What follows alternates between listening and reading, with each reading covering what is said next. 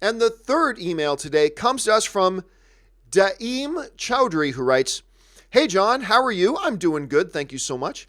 Have you seen the Elseworld Arrowverse crossover poster? If so, can you explain it to me because I don't know what's going on anymore?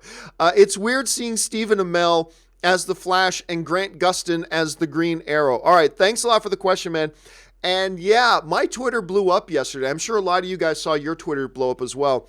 When Stephen Amell, who I think is great in Arrow, he put out on his social media this poster with the words, "My name," remember, this isn't Grant Gustin, it's Stephen Amell.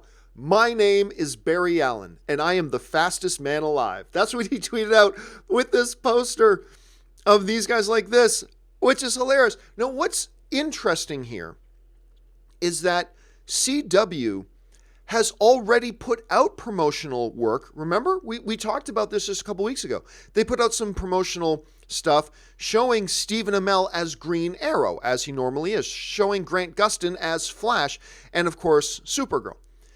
So I don't know if this is a start-to-finish Elseworld kind of story. I don't know if this is a crossover that starts in the regular world and then something happens and causes this whole mix-up sort of thing.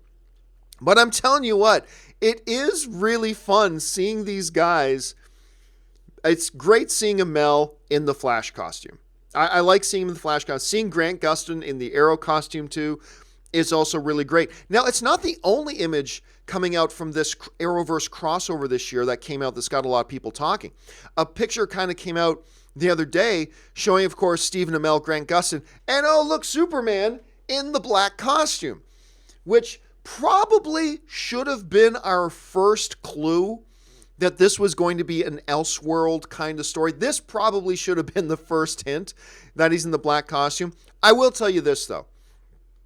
It is pretty hilarious to me.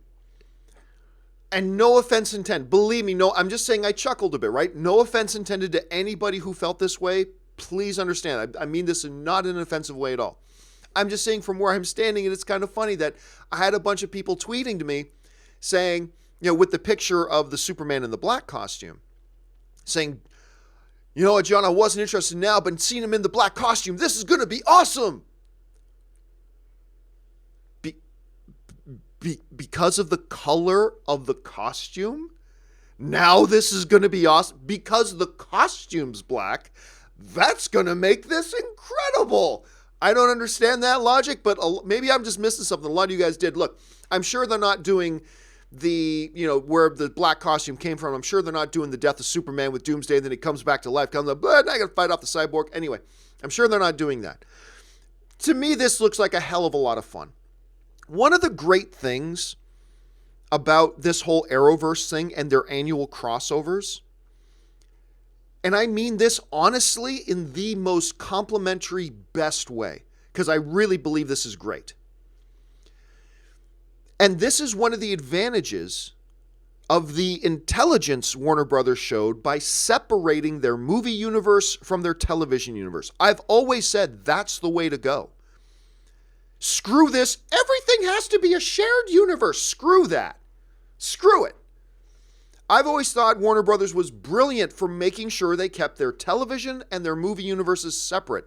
And we're seeing this, something like this is a manifestation of the benefits from that. Look, CW does not take these shows all that seriously. We know that. That's part of the charm. That's part of the fun. And that's part of the success. And because they've taken that philosophy, because they've taken that approach with their shows, they can do fun stuff like this that gets us all excited. They can do fun stuff like last year, Crisis on Earth X. That was fantastic.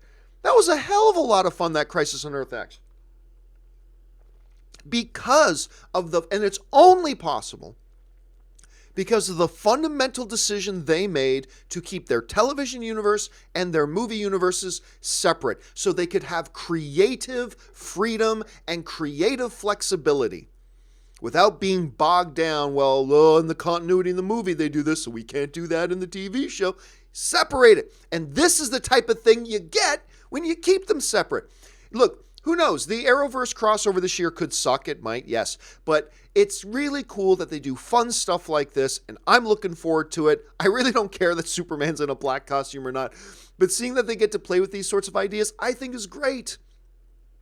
And like I said, it adds to the overall charm of the whole universe they set up. And I enjoy dwelling in that universe, even when Arrow sucks. And it's been turning it around. But it's just a fun place to be. I finally saw the season premiere of Flash last night. And which sucks because my friend Erin Cummings, who was here in studio with me, remember I did that 2-part interview with her just about 2 or 3 months ago. She was the main villain in episode 2. And I still haven't watched it yet because I had to get caught up and first watch the season premiere. But anyway, I'll get to that a little bit later. Anyway, it's a cool looking thing. What do you guys think about this Elseworld approach? What are they going to do with it? I have no theories whatsoever. Do you guys have any? Jump down to the comments section below and let me know what your theories are. All right, let's move on to the final email of the day.